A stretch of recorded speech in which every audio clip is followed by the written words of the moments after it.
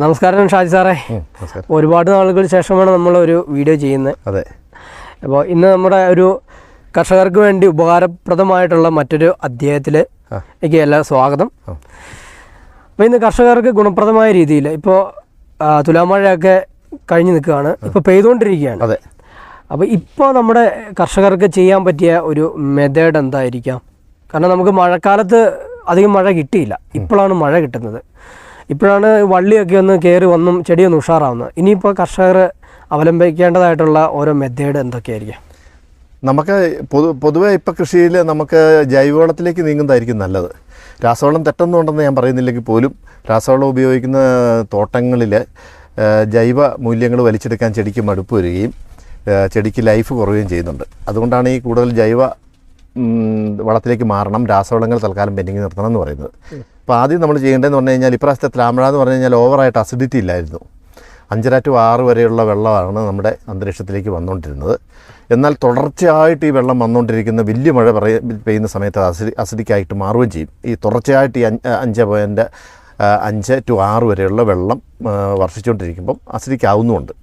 അപ്പോൾ അതിന് എന്താണെങ്കിലും നമ്മൾ ചുവട്ടിൽ സോയിൽ ക്ലീനിങ് മുന്നൊരുക്കം നടത്താണ്ടിരിക്കാൻ പറ്റത്തില്ല. അഡ്വാൻസായിട്ട് കുമ്മായം കൊടുക്കാൻ പറ്റുമോ? അഡ്വാൻസായിട്ട് ഇപ്പോൾ കുമ്മായം കൊടുക്കാം. നമ്മുടെ ഒരു തിസീസ് ഉണ്ടായിരുന്നു. നമ്മൾ 100 ചെടിക്ക് 3 പാക്കറ്റ് കക്ക, 1 kilo sulphur, 5 kilo magnesium, 1/2 kilo മഞ്ഞപ്പൊടി ഇത് ചേർത്ത മിശ്രിതം നന്നായിട്ട് അകത്തും പുറത്തും തൂളി കൊടുത്ത് നനവുള്ള സമയത്ത് തൂളി കൊടുത്തിട്ട് 10 ദിവസം കഴിഞ്ഞുള്ള വളപ്രയോഗം. 3 പാക്കറ്റ് 3 കിലോയാണോ? 30 കിലോ. 30 കിലോ. നീറ്റ് നല്ല കക്ക മേടിച്ച് നീറ്റണം. 10 കിലോ വേണം തന്നെ ഒരു പാക്കറ്റ്. അത് 300 ഗ്രാം വെച്ച് ഒരു ചെടിക്ക് അപ്ലൈ ചെയ്യണം. അകത്തും പുറത്തും ഇടണം. നീറ്റ് നല്ല കക്ക നീറ്റിയതാണെങ്കിൽ അകത്തിട്ടെന്നോർത്തോണ്ട് കായ വീണെന്നോർത്തോണ്ട് പൊള്ളലൊന്നും സംഭവിക്കില്ല, വള്ളിക്ക് പൊള്ളൽ സംഭവിക്കില്ല എന്നോർത്ത് മനഃപൂർവ്വം കായലും വള്ളിയിലും ഇടാൻ പോകണ്ട.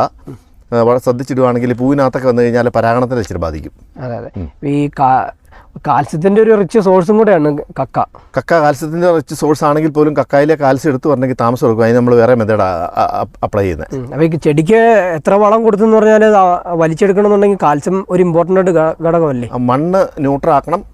വേരിന് അറ്റം കാണിയല്ല അസിഡിക്കാണെങ്കിൽ, അപ്പം മണ്ണിന് ആ വേരിനകത്തൂടെ എടുക്കല്ല, പൊറ്റ വേരിനും അറ്റം കാണിയല്ല. അപ്പോൾ അതിനകത്തൂടെ വളങ്ങളും ന്യൂട്രിയൻസും വലിച്ചെടുക്കാൻ കഴിയാതെ വരുമ്പോഴാണ് ചെടിക്ക് മഞ്ഞളിപ്പുണ്ടാകുന്നു, ചെടിക്ക് ദോഷങ്ങളുണ്ടാകുന്നത്.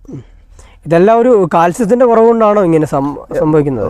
സൂക്ഷ്മമൂല്യങ്ങളുടെ കുറവുകൊണ്ടുണ്ടാകാം, നൈട്രജൻ ഫോസ്ഫറസ് പൊട്ടാഷിൻ്റെ കുറവുകൊണ്ടുണ്ടാകാം, നൈട്രജൻ്റെ ആധിക്യം കൊണ്ടുണ്ടാകാം, ഫോസ്ഫറസും പൊട്ടാഷും ഒക്കെ ആധിക്യം ഉണ്ടായാലും ഈ രോഗങ്ങളുണ്ടാകും. ഇത് നെറ്റ് ബാലൻസിങ് ആയിരിക്കണം എല്ലാം. കാൽസ്യം, മഗ്നീഷ്യം, സൾഫർ എന്ന് പറഞ്ഞാൽ ചെടിയുടെ സെക്കൻഡറി ന്യൂട്രിയൻ്റ് ആണ്. അതും നെറ്റ് ബാലൻസിങ് ആയിരിക്കണം എല്ലാം. ഒട്ടും കൂടാനും പാടില്ല, കുറയാനും പാടില്ല. ഓക്കെ. അപ്പോൾ ഈ ചെടിയുടെ മഞ്ഞപ്പ് കണ്ടിട്ട് നമ്മൾ ഫിസേറിയൊന്നും തെറ്റിദ്ധരിക്കാനും പാടില്ല. ഈ വളങ്ങളുടെ അല്ലെങ്കിൽ ഒരു മൂലകങ്ങളുടെ കുറവ് കൊണ്ടും മഞ്ഞപ്പ് ഉണ്ടാവുന്നുണ്ട്. പൊട്ടാഷിൻ്റെ കുറവുണ്ടെങ്കിലും നൈട്രജൻ്റെ കുറവുണ്ടെങ്കിലും മഞ്ഞപ്പുണ്ടാവും. പിന്നെ ഫോസ്ഫറസിൻ്റെ കുറവുണ്ടെങ്കിൽ ചെടിയുടെ ശരത്തിൽ ഒക്കെ ഒരു കളർ വ്യത്യാസം വരാം. ഈ ചെടിയെ നോക്കി നമുക്ക് മനസ്സിലാക്കാൻ സാധിക്കും.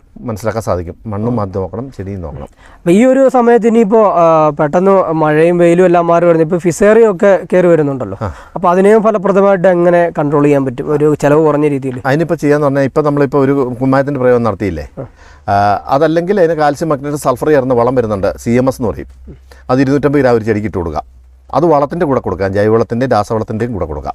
CMS എന്ന് പറയുമ്പോൾ എത്ര ഗ്രാം? Magnesium, sulphur 250. എത്ര ഗ്രാം ഒരു ചെടിക്ക്? 250.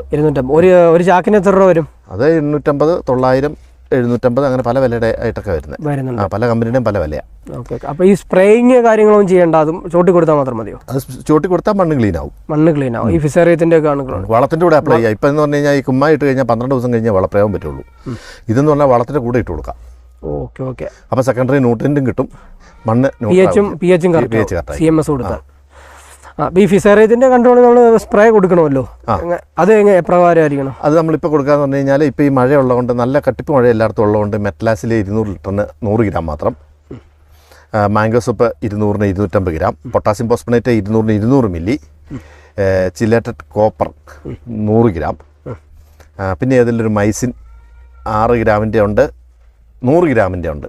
ഞാനൊക്കെ പ്രിവെൻറ്റാൾ എന്നും പറഞ്ഞൊരു കെമിക്കലാണ് ഉപയോഗിക്കുന്നത്. അത് 100 ഗ്രാമാണ്. അത് 100 ലിറ്ററിന് 50 ഗ്രാം കൊടുക്കണം. ഇത്ര സാധനം ചേർത്തിട്ട് അടിച്ചു കൊടുക്കുക നന്നായിട്ട്.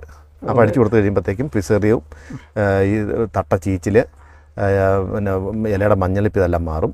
എന്നാൽ അടിക്കുന്ന സമയത്ത് രോഗമുള്ള ഇലകളെല്ലാം കരിഞ്ഞു പോകും. മരുന്നടിച്ച് കഴിയുമ്പോഴത്തേക്കും ഇത് കരിഞ്ഞു പോയെന്ന് തോന്നുന്നില്ല. കാരണം കേടായ ഇപ്പം ഞാൻ മരുന്നടിച്ചു കരിഞ്ഞൊന്നും പറഞ്ഞൊന്നും നടക്കണ്ട. അത് മരുന്നടിച്ചാൽ 15 ദിവസത്തേക്ക് ഇലകൾക്ക് കരിച്ചിട്ടുണ്ടാവും, കേടുള്ള ഇലകൾക്ക്.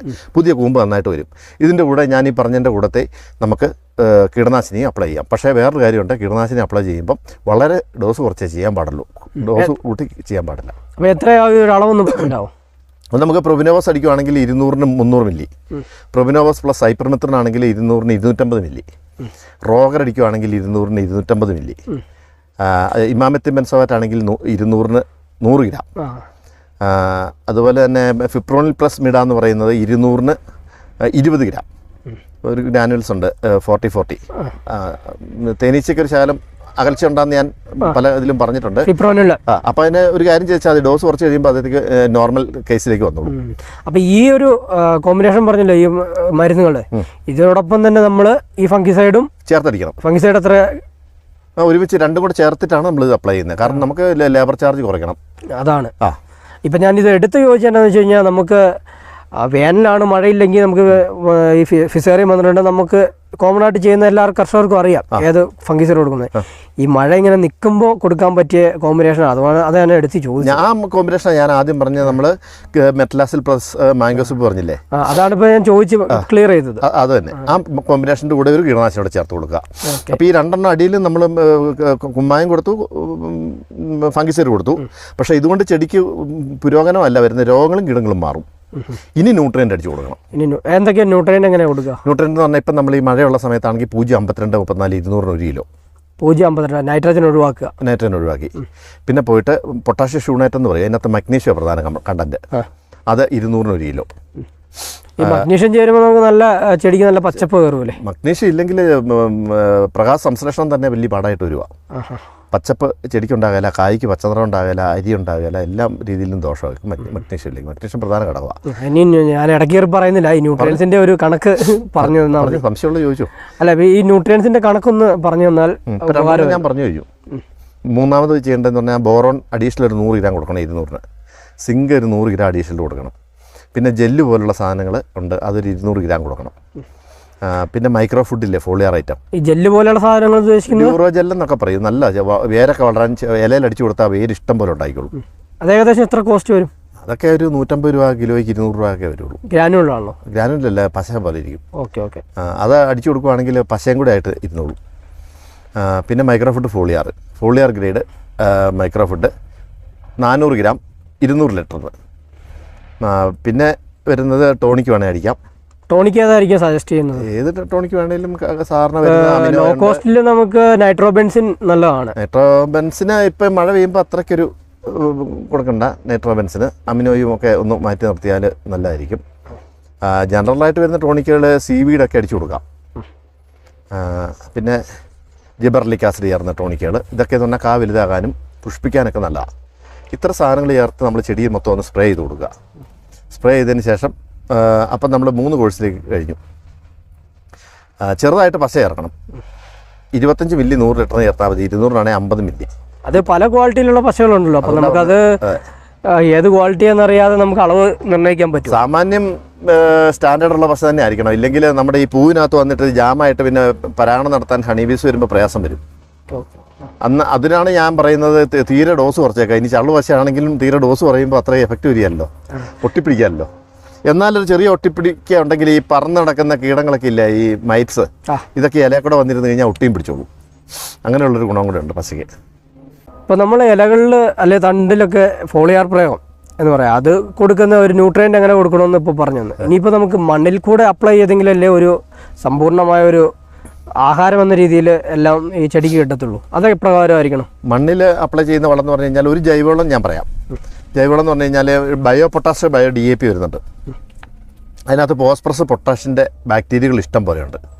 അതും CMS, കാൽസ്യം മഗ്നീഷ്യം സൾഫർ വളം 250 ഗ്രാം ഒരു ചെടിക്ക് വരത്തക്ക രീതിയിൽ കാൽസ്യം മഗ്നീഷ്യം സൾഫറും ബയോ പൊട്ടാഷും ബയോ DAPയും കൂടെ രണ്ടും കൂടെ കൂടി 1 കിലോ ഏലും വരത്തക്ക രീതിയിൽ മിക്സ് ചെയ്തിട്ട് ഒരു വളപ്രയോഗമുണ്ട്. ആ വളപ്രയോഗത്തിനകത്ത് നമുക്ക് അലുമിനിയം സിലിക്കേറ്റ് ഒരു മീഡിയം രീതിയിൽ ചേർത്താൽ മതി. ഒരു ഏക്കറിന് 5 കിലോ, ട്രൈക്കോഡർമ ഏക്കറിന് 5 കിലോ, വാം, സൂഡോമോണസ് പെസിലോമൈസ് എല്ലാം 5 കിലോ വീതം ചേർക്കുക. ഇത് എല്ലാം എങ്ങനെയാണ് ചെയ്യുന്നത്? പൗഡർ മിക്സ് ചെയ്തിട്ട് വളത്തിനകത്ത് മിക്സ് ചെയ്താൽ മതി. മിക്സ് ചെയ്ത് കൊടുത്താൽ മതി. അപ്പം നമുക്കൊരു ചെടിക്ക് 1 കിലോ ആണ് നമ്മുടെ ആവറേജ് വരുന്നത്. അതിനകത്ത് ഈ കുമ്മായം ചെയ്യാത്ത ചെടികൾക്കാണ് ഞാൻ പറഞ്ഞത് കാൽസ്യം, മഗ്നീഷ്യം, സൾഫർ ചേർക്കേണ്ടത്. ആ കുമ്മായം ചെയ്താണെങ്കിൽ ആ ഒരു വളം ഒഴിവാക്കാം. ഇല്ല എങ്കിൽ നമുക്ക് കുമ്മായം ചെയ്യാത്ത ചെടിയാണെങ്കിൽ ഈ വളപ്രയോഗം ആദ്യം തന്നെ അങ്ങ് ചെയ്യാം. വെയിറ്റിംഗ് പീരീഡ് ഇല്ല. കുമ്മായം ചെയ്താൽ പിന്നെ 10-12 ദിവസം വെയിറ്റിംഗ് പീരീഡ് ഉണ്ടല്ലോ. ഇത് അതിനെല്ലാം കൂടെ ചേർക്കാം. ഇതിൻ്റെ കൂടെ നമുക്ക് ഏക്കറിന് 20 കിലോ മൈക്രോഫുഡ് ചേർക്കാം, 5 കിലോ സിലിക്ക ചേർക്കാം, പിന്നെ 5 kilo trichoderma, VAM, pseudomonas, paecilomyces, nitrogen bacteria.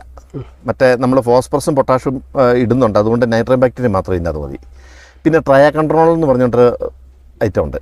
അതിൻ്റെ പ്രത്യേകത എന്ന് പറഞ്ഞു കഴിഞ്ഞാൽ അതൊരു ജീവിയൊന്നുമല്ല, അതിനെ ഈ പറഞ്ഞ പോലെ ബാക്ടീരിയ ഒന്നുമല്ല. പക്ഷേ അതെന്താണെന്ന് വെച്ചാൽ ചെടികളുടെ ചോട്ടിൽ നല്ല പച്ചപ്പുണ്ടാക്കാനും കിഴങ്ങ് വളരാനും അന്തരീക്ഷത്തിൽ നിന്ന് നമ്മൾ തണുപ്പ് ശേഖരിച്ച് നിർത്താനും അതുപോലെ തന്നെ മണ്ണിൽ നിന്നുള്ള മൂലകങ്ങൾ വലിച്ചു കൊടുക്കാനും ട്രയ കൺട്രോൾ വളരെ ഗുണകരമായിരിക്കും. അതുപോലെ തന്നെ ഈ ഒരുപാട് പേരുടെ ചെടി അഴുകിപ്പോയതോ അങ്ങനെയൊക്കെ ആയിട്ട് നമ്മൾ നടുക്ക് കവാത്തൊക്കെ എടുത്തിട്ട് കുറ്റി നിൽപ്പുണ്ട്. അപ്പോൾ അതൊക്കെ ഒന്ന് കളഞ്ഞെങ്കിലല്ലേ അകത്തോട്ട് ചിമ്പ് കയറത്തുള്ളൂ. അതിന് എങ്ങനെ ചെയ്യാൻ പറ്റിയത്? അത് കളയണമെങ്കിൽ നമുക്ക് ഈ കുമ്മായ പ്രയോഗമില്ല, നമ്മൾ ആദ്യം പറഞ്ഞ 30 കിലോയുടെ ഒരു ശേഖരം കാൽസ്യം, മഗ്നീഷ്യം, സൾഫർ മിക്സ് ചെയ്ത് പൊടി ഉണ്ടാക്കിയത്, നീറ്റി ഉണ്ടാക്കിയത്. ആ നീറ്റി ഉണ്ടാക്കി ഇട്ട് കഴിയുമ്പോഴത്തേക്ക് ഇത് ദ്രവിച്ചു പോയിക്കോളും. ചോദിച്ചതെന്ന് വെച്ചാൽ നമ്മളിപ്പോൾ ചെറിയ തൂമ്പ വെച്ച് അത് വലിച്ചു പറിക്കാനുള്ള വേര് പൊട്ടും. അതുകൊണ്ട് അതൊഴിവാക്കി എങ്ങനെ നമുക്ക് ഇത് ഒഴിവാക്കാമെന്നാണ്, ചീഞ്ഞ തട്ട ഒഴിവാക്കാമെന്നാണ് ഞാൻ ഉദ്ദേശിച്ചത്. അതാണ് ഇപ്പം. അതാണെങ്കിൽ നമ്മുടെ വേസ്റ്റ് ഡീകമ്പോസ്റ്റർ ഇല്ലേ, അതൊരു ശകലം അടിച്ചു കൊടുത്താൽ മതി. അകത്ത് വേറെ ചെടിക്ക് ദോഷം. ഇപ്പോൾ ഈ കുമ്മായ, സൾഫർ, മഗ്നീഷ്യം കൊടുത്താലും പോകുന്നുണ്ടെന്ന് ഓൾറെഡി പറഞ്ഞത്. അതുണ്ട്, അതാണ് ഏറ്റവും നല്ലത്. EM ഉപയോഗിക്കാമോ അതിന്? EM ഉപയോഗിക്കാം. അപ്പോൾ അതൊന്ന് അടിച്ചു കൊടുത്താൽ മതി. EM ഒക്കെ ഉപയോഗിക്കുമ്പോൾ അല്ലെ വേസ്റ്റ് ഡീകമ്പോസ്റ്റർ ഉപയോഗിക്കുമ്പോൾ ബാക്കിയുള്ള സാധനങ്ങളുടെ കൂടെ ഉപയോഗിക്കുമ്പം ഇവർക്കായിരിക്കും മേൽക്കോയ്മ. ഏത് ട്രൈക്കോഡർമയും മാമോനൊക്കെ മേൽക്കോയ്മ കിട്ടിയല്ല. അതുകൊണ്ട് അത് ചേർത്ത് ഉപയോഗിക്കാണ്ടിരിക്കുമായിരിക്കും നല്ലത്. ഇത് നല്ല കട്ടിപ്പായിരിക്കും ഇവന്മാർ. ഈ വേസ്റ്റ് ഡീകമ്പോസ്റ്റർ, EM ബാക്ടീരിയ എന്നൊക്കെ പറയുന്ന കട്ടിപ്പായിരിക്കും. അപ്പോൾ നമ്മൾ ഈ സാധാരണ മരുന്നടിക്കുന്ന പോലെ പമ്പിൽ സ്പ്രേ ചെയ്ത് കൊടുത്താൽ മതി. പമ്പിൽ സ്പ്രേ ചെയ്ത് കൊടുത്താൽ മതി. ആ പമ്പ് കഴുകിയിട്ട് വേണം ഈ ലൈനിക്കകത്തെ ലൈൻ ഉപയോഗിക്കാൻ. പമ്പിനകത്ത് തലേ പ്രാവശ്യം അടിച്ച മരുന്ന് കാണലെന്നേ ഉള്ളൂ. ഓക്കെ. 200-ൽ എത്ര? 200 ലിറ്റർ, 1/2 ലിറ്റർ ചേർത്ത് സ്പ്രേ കൊടുത്താൽ മതി. വേസ്റ്റ് ഡീകമ്പോസ്റ്റ് ആണെങ്കിൽ 200 ലിറ്റർ കൊടുത്താൽ മതി. ഡയറക്റ്റ് അപ്ലൈ ചെയ്യാം. ഡയറക്റ്റ് അപ്ലൈ ചെയ്യാം. 200 1 ലിറ്റർ കൊടുക്കുകയാണെങ്കിൽ ഇത് രണ്ടും നല്ലതായിരിക്കും. പൈസ കുറയട്ടെ എന്നോർത്താ ഞാനങ്ങനെ പറഞ്ഞത്. ഇന്നോർത്ത് ഇതിന് വലിയ വിലയൊന്നുമില്ല, നോർമൽ വിലകളൊക്കെ ഉള്ളൂ. ഏകദേശം എത്ര രൂപ വരും? 300, 400 അങ്ങനെയൊക്കെയുള്ള വിലകൾ അതിൻ്റെ ആവറേജ് വരുന്നുള്ളൂ ലിറ്ററിന്. ഈ വേസ്റ്റ് ഡിസ്കമ്പോസറും അതുപോലെ തന്നെ EM അതൊക്കെ അത്രേ വരുന്നു. അപ്പം നമ്മൾ ഈ ജൈവവളത്തിൻ്റെ പ്രയോഗം നമ്മൾ ഇപ്പം ചെയ്തില്ലേ, ആ ജൈവവളം എല്ലാം കൂടെ കൂട്ടി മിക്സ് ചെയ്തിട്ട് മൈക്രോഫുട്ട്, സിലിക്ക, DAP, പൊട്ടാഷ്, ജൈവം, പിന്നെ നമ്മൾ ഈ ട്രൈക്കോഡർമ, വാമ, സൂഡോമോണസ് അടക്കമുള്ള ജീവാണുവളങ്ങൾ എല്ലാം മിക്സ് ചെയ്യുന്നു. നമ്മൾ ഒരു ഏക്കറിന് ഒരു 10 കിലോ ശർക്കരപ്പൊടിയും കൂടെ ചേർത്ത് മിക്സ് ചെയ്തതിന് ശേഷം എല്ലാത്തിനും ചുവട്ടിലകത്തും പുറത്തും വാരിയിട്ടാൽ വളപ്രയോഗം തീർന്നു. ഇത്രയും കൊടുത്തു കഴിഞ്ഞിട്ടുണ്ടെങ്കിൽ ഒരു സമ്പൂർണ്ണമായൊരു ന്യൂട്രിയൻസ് ചെടിക്ക് കിട്ടി. പിന്നെ ആരോഗ്യകരമായിട്ട് വളർന്ന് ചിമ്പടിക്കുക, ഉൽപ്പാദിപ്പിക്കുക. അതാണ് ചെടി ചെയ്യുന്നത്. നമ്മൾ സെക്കൻഡറി ന്യൂട്രിയൻസ് ഫസ്റ്റ് കൊടുക്കുന്നു, നൈട്രജൻ, ഫോസ്ഫറസ്, പൊട്ടാഷ് സെക്കൻഡ് കൊടുക്കുന്നു, മൈക്രോ ന്യൂട്രിയൻസ് കൊടുക്കുന്നു. ഇത്രേ ചെടിക്ക് എടുക്കുള്ളൂ. ഇനിയിപ്പോൾ ഈ ഏതെല്ലാം പേരിൽ ഇറങ്ങിയെന്ന് പറഞ്ഞു കഴിഞ്ഞാലും ചെടിക്ക് കിട്ടുന്ന ഇത്ര ഐറ്റങ്ങൾ മാത്രമേ ഉള്ളൂ. അതുപോലെ തന്നെ ഈ ഒരു തണ്ടുതുരപ്പൻ അതുപോലെയുള്ള കീടങ്ങളുണ്ടല്ലോ, അതിനെയും ഫലപ്രദമായിട്ട് നിയന്ത്രിച്ചാലാണല്ലോ ഈ റിസൾട്ട് നമുക്ക് കിട്ടത്തുള്ളൂ. അത്രേ ഉള്ളൂ. രോഗങ്ങളും കീടങ്ങളും മാറണം. ഇപ്പോൾ രോഗങ്ങളെക്കുറിച്ച് നമ്മൾ പറഞ്ഞല്ലോ, ആദ്യം തന്നെ പറഞ്ഞല്ലോ എന്നാ കൊടുക്കേണ്ട, ഫംഗിസൈഡ് കൊടുക്കണം. ഇനി കീടങ്ങൾ, പിന്നെ ആ ഒരു പെസ്റ്റിസൈഡും കൂടെ പറഞ്ഞല്ലോ, അത് ഏതെങ്കിലും ഒന്ന് കൊടുത്താൽ പോരെ. തണ്ടുറപ്പിന് ബെസ്റ്റ് ഏതാണ്? കൂടുതൽ ഡ്യൂറേഷൻ നമുക്ക് കിട്ടണം. ഡ്യൂറേഷൻ എന്ന് പറഞ്ഞു കഴിഞ്ഞാൽ 15 ദിവസമാണ് നമ്മുടെ ഏത് പെസ്റ്റിസൈഡിൻ്റെയും പോയിസൺ പീരീഡ്. അതായത് 100 ദിവസം കിട്ടുക എന്ന് പറഞ്ഞു കഴിഞ്ഞാൽ അപ്രായോഗികം. എന്നാന്ന് ചോദിച്ചു കഴിഞ്ഞാൽ നമുക്ക് അതിനിടയ്ക്ക് കായ എടുക്കണ്ടേ, അപ്പോൾ അന്നേരം കായ്ക്കും ഇത് വരികയല്ലേ. അതുകൊണ്ട് നമ്മുടെ പെസ്റ്റിസൈഡുകൾക്കൊക്കെ ഒരു 15 to 20 ദിവസമേ അതിന് പോയിസൺ പീരീഡ് ഉള്ളൂ. പക്ഷെ നമ്മളതിന് ചില കുറുക്കുവഴികൾ പ്രയോഗിക്കും. നമ്മൾ ഈ ന്യൂട്രിയൻറ്റുകൾ അടിക്കുന്ന കൂട്ടത്തിൽ ബാസിലസ് സബ്സ്റ്റിൽസ്, വിവേറിയ, വെർട്ടിസീലിയോ അടക്കമുള്ള ജീവാണുക്കളെ കയറ്റിവിടും. അന്നേരം ഇവരുടെ മുട്ടയും പിന്നെ ഇവരുടെ പരാതങ്ങളൊക്കെ നശിച്ചു പോകും. അതാണ് നമ്മുടെ ഒരു കുറുക്കുവഴി. അത് കുറച്ചുകൂടെ നമുക്ക് ഫലപ്രദമാണ്. അത് നല്ല ഫലപ്രദമാണ്. അപ്പോൾ നമ്മൾ തണ്ടുവരപ്പിനെ കൊല്ലുമ്പോൾ തണ്ടുവരപ്പ് മാത്രമല്ല, അതിൻ്റെ മുട്ട പോകുന്നില്ലോ. അപ്പോൾ ഇത് നമ്മൾ മുട്ടയും നശിപ്പിക്കണം. അപ്പോൾ അതിൻ്റെ തലമുറകൾ മൊത്തം നശിച്ചു പോകും. അപ്പോൾ നമുക്ക് ഈ പെസ്റ്റിൻ്റെ ഒരു സാന്നിധ്യം കൊണ്ടൊരു 15 ദിവസം കിട്ടും. പിന്നെ അതിൻ്റെ ഒരു മുട്ടയെല്ലാം നശിപ്പിച്ച് കളയുന്നതുകൊണ്ട് ബുവേറി വെർട്ടിസിൽ ഉപയോഗിക്കുമ്പോൾ കുറച്ചുകൂടി നമുക്ക് ഡ്യൂറേഷൻ കിട്ടും. അവരുടെ ആ അടിസ്ഥാനപരമായിട്ടുള്ള വിത്ത് നശിപ്പിക്കുമല്ലേ, അതിൻ്റെ ഒരു ഡ്യൂറേഷൻ നമുക്ക് കിട്ടും. പിന്നെ നമ്മൾ പെസ്റ്റിനെ കൺട്രോൾ ചെയ്യാന്ന് പറഞ്ഞു കഴിഞ്ഞാൽ തണ്ടുവരപ്പിനെ കൃത്യമായിട്ട് കൺട്രോൾ ചെയ്യണം. പിന്നെ ഈ ഇലപ്പേനുണ്ടാവും, നീരൂറ്റി കുടിക്കുന്ന ഇഷ്ടംപോലെ ജീവികളുണ്ടാവും, വെള്ളീച്ച ഉണ്ടാവും. ഇതിനെല്ലാം കൺട്രോൾ ചെയ്യണം. കൺട്രോൾ ചെയ്താലേ നമുക്ക് കൃഷി നന്നായിട്ട് എടുക്കാൻ പറ്റത്തുള്ളൂ. ഓക്കെ. അപ്പോൾ ഒരു ചെടിയെ എത്രത്തോളം പ്രൊട്ടക്റ്റ് ചെയ്യാം ഈ സമയത്ത് എന്നുള്ളൊരു സ്പെഷ്യൽ എപ്പിസോഡാണ് സാറ് ചെയ്തു തന്നത്. അപ്പോൾ ഒരുപാട് നന്ദി. ഇനിയും മറ്റ് അടിസ്ഥാനമായിട്ടുള്ള വളങ്ങളെ പറ്റിയൊക്കെ നമുക്ക് ചെയ്യാമല്ലോ, ഓരോ ചെയ്യാം. മാത്രമല്ല ഏത് കൃഷിയെക്കുറിച്ചും നമുക്ക് സംസാരിക്കാവുന്നതേ ഉള്ളൂ. ഏത് കൃഷി, ജാതിയുണ്ട്, വാഴയുണ്ട്, ഏത് വേണമെങ്കിലും ചെയ്യാം. പച്ചക്കറി ഉണ്ട്. കപ്പയ്ക്ക് ഞാനൊരു രോഗം കണ്ടുപിടിച്ചായിരുന്നു, ഇപ്പോൾ പൊരിഞ്ചു രോഗം എന്നും പറഞ്ഞൊരു രോഗം. കപ്പയുടെ തണ്ടിനടിയിലെ പൊരിഞ്ചു പോലെ ഉണ്ടായിട്ട് കപ്പയുടെ കിഴങ്ങ് ഉണ്ടാകുന്നില്ല. ആ രോഗത്തിന് പലരും ചികിത്സ നടത്തിയിട്ട് അജ്ഞാത രോഗം എന്നും പറഞ്ഞ് തള്ളിക്കളഞ്ഞേക്കുമായിരുന്നു. അതിന് നമുക്ക് ചികിത്സയുണ്ട്. അതിനെ കണ്ടുപിടിച്ചു, നമ്മൾ ചെയ്ത് കണ്ടുപിടിച്ചു. അതിൻ്റെ അത് ചുമ്മാ പറഞ്ഞിട്ടല്ല, കപ്പ നടന്ന കാലം മുതൽ ഒരു ട്രീറ്റ്മെൻറ്റ് പോയാലേ ഈ രോഗം വരാണ്ടിരിക്കുന്നത്. അതിന് കുറച്ച് കാര്യങ്ങളുണ്ട്. അത് കിഴങ്ങും വളരും, ഇഷ്ടംപോലെ കിഴങ്ങും ഉണ്ടായിക്കോളും, ഒരു രോഗം ഉണ്ടായാലും നല്ല പച്ചപ്പ് ഉണ്ടായിക്കോളും. ഒരുപാട് നന്ദി സാറേ. നമുക്ക് ഇതിൻ്റെയൊക്കെ സ്പെഷ്യൽ എപ്പിസോഡ് എങ്കിലേ ആൾക്കാർക്ക് മനസ്സിലാവുള്ളൂ. അല്ലെങ്കിൽ നമ്മളൊരു സമ്മിശ്രമായിട്ട് പറഞ്ഞു കഴിയുമ്പോൾ ഇന്നും ഇതെല്ലാം ഓടിച്ച് പറഞ്ഞിട്ട് എനിക്കൊരു തൃപ്തി ആയിട്ടില്ല. ഓടിച്ചൊരു ചോദ്യം, ഓടിച്ചൊരു പറച്ചിലും. ചിലർ കാണുന്നവർക്ക് അത് എല്ലാം ഒന്ന് എഴുതിയെടുക്കാനൊക്കെ പറ്റുമെന്ന് തന്നെ എനിക്കറിയത്തില്ല. നമുക്ക് തുടർച്ചയായിട്ട് ചെയ്യാം. ആയിക്കോട്ടെ, തൃപ്തിയായില്ല. കാരണം നമുക്കിപ്പോൾ ഒറ്റയടിക്ക് 1 മണിക്കൂർ എടുത്തെന്ന് പറഞ്ഞാൽ ആൾക്കാർ കാണില്ല. നമുക്ക് ഓരോ ബേസിക് തൊട്ട് കുറച്ച് പറഞ്ഞു പോകുമ്പോൾ നമ്മൾ ഈ പറഞ്ഞ ആശയങ്ങളെല്ലാം ഒരു ക്ലാസ് പോലെ എടുത്താലേ വരും. ഒരു സീരിയസ് ആയിട്ട് തന്നെ ചെയ്യുമ്പോൾ അതാകും. അത്രേ ഉള്ളൂ. അതെ. അപ്പോൾ ഒരുപാട് നന്ദി സാറേ. ഓക്കെ.